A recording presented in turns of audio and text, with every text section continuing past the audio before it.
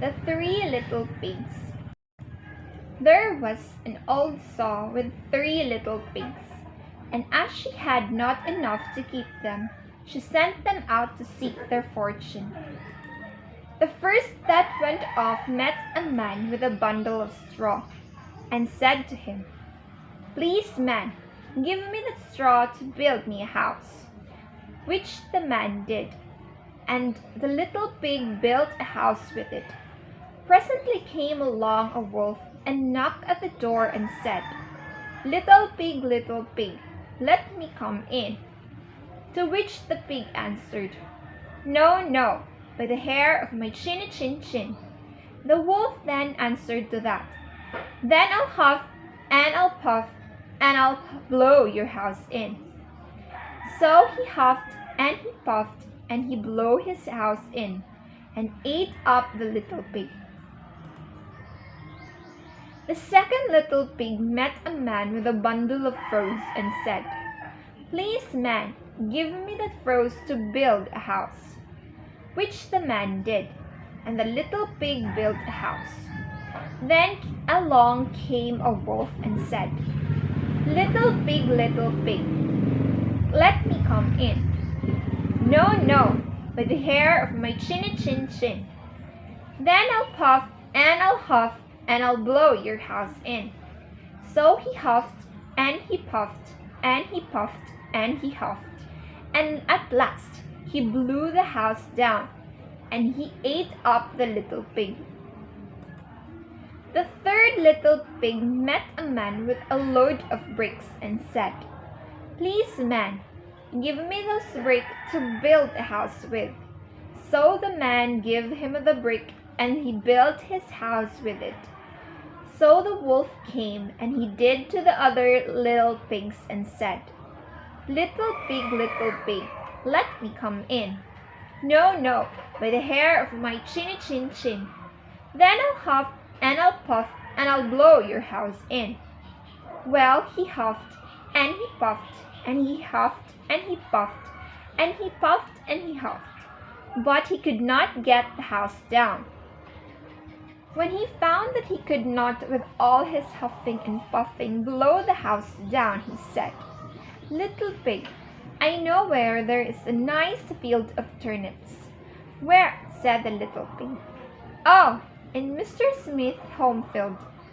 And if you will be ready tomorrow morning, I will call for you, and we will go together and get some for dinner." "Very well," said the little pig. "I will be ready. What time do you mean to go?" "Oh, at 6 o'clock." Well, the little pig got up at 5 and got the turnips before the wolf came, which he did at 6, and who said, "Little pig, are you ready?" The little pig answered, "Ready. I have been and come back again and got a nice potful of dinner." The wolf felt very angry at this, but thought that he would be up to the little pig somehow or other. So he said, "Little pig, I know where there is a nice apple tree." "Where?" said the pig. "Down at Mary Garden," replied the wolf. "And if you will not deceive me, I will come for you at 5 o'clock tomorrow and get some apples."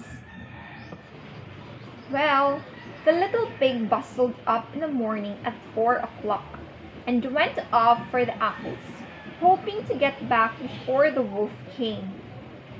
But he had further to go, and he had to climb the tree.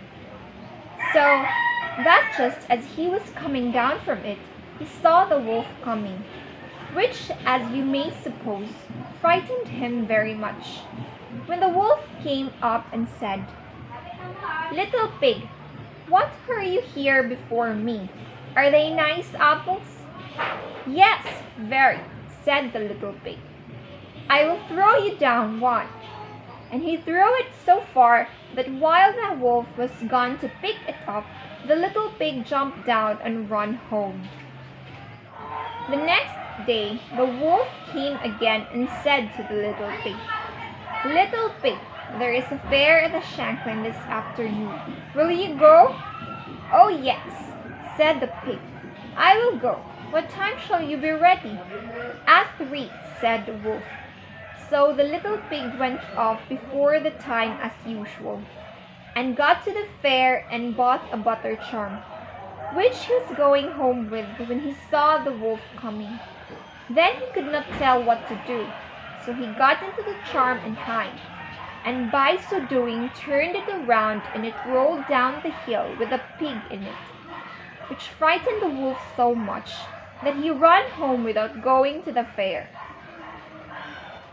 He went to the little pig's house and told him how frightened he had been by a great round thing which came down the hill past him. Then the little pig said, "Ha! I frightened you then. I had been to the fair and bought a butter charm, and when I saw you, I got into it and rolled down the hill." Then the wolf was very angry indeed, and declared he would eat up the little pig, and that he would get down the chimney after him. When the little pig saw what he was about, he hung out a pot full of water, and made up a blazing fire. And just as the wolf was coming down, he took off the cover and felled the wolf. So the little pig put on the cover again in an instant, boiled him up, and ate him for supper, and lived happy ever afterwards. The end.